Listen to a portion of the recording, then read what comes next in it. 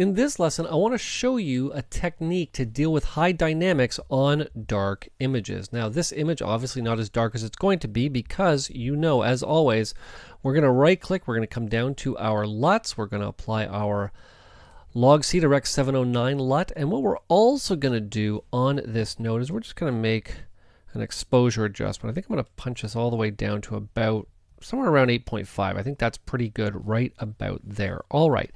Now, if I zoom in here, you're going to notice that we actually have some hard edges happening between our highlights and our midtones that we're going to want to get in and fix. Now, a soft clip is not going to be able to do the roll off on the highlights that we want because they're way too low, as you can see over here on the scopes. So we need to find a different way to limit the extreme registers of our highlights. So let's compress the highlights with a luma curve. Now this is more commonly referred to as controlled clipping. So what we're going to do, select this first node. Now the important thing here is that I only want to adjust the brightness value. So I'm going to unlink all the channels. We're only going to be dealing with the luminance value. And what I'm also going to do here is I'm just going to add the default anchors, and then I'm just going to remove a couple of them. And we're simply going to pull this value down to somewhere about there, I think. And then what we're also going to do is I'm going to turn on the editable splines, and we're just going to make this a little bit of a smoother curve. Now, it's not readily apparent until I actually disable this and enable it. You can see now a lot more smooth between the highlights and the midtones. Basically, it's gathered highlights and it's a nice roll off from the highlights to the midtones. It gives a much more cinematic feel to the image and is one of the most important techniques to master to control the look of the image. You can use this technique to control the whole image or inside of garbage masks to control part of the image.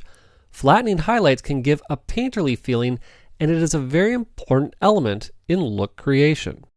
Now what we need to do is just add a little bit of shine back to this light. So what I'm going to do is I'm just going to reset. Let's just zoom to fit. I'm going to add another node here, Option or Alt and S. I'm going to want to make sure that I am in my log controls. Let's set our high range value here to be 0.5.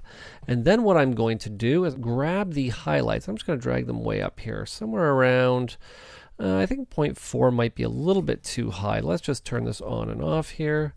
Yeah, let's sort of put that down at around half that. Let's just go sort of around 2.2 maybe. I think that's much better. All right, you can see we just added a little bit of shine back to that light. As we talked about in the previous lesson, we can also do a luma key to isolate the range we want, but it's good practice to avoid keying when we don't need to do it. The log controls are precise and work perfectly in this case. Now, we're going to get in and create a new luma curve to better control the blacks and midtones of the image.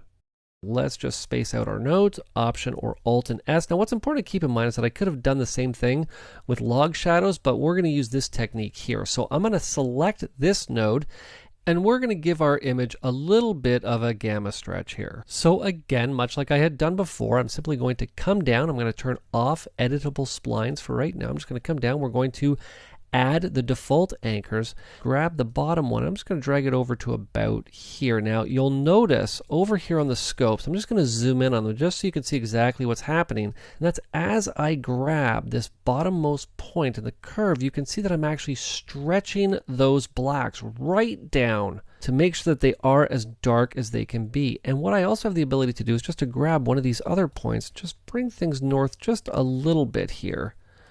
These small precise adjustments mean everything to the image. Work the curve until you get to the sweet spot.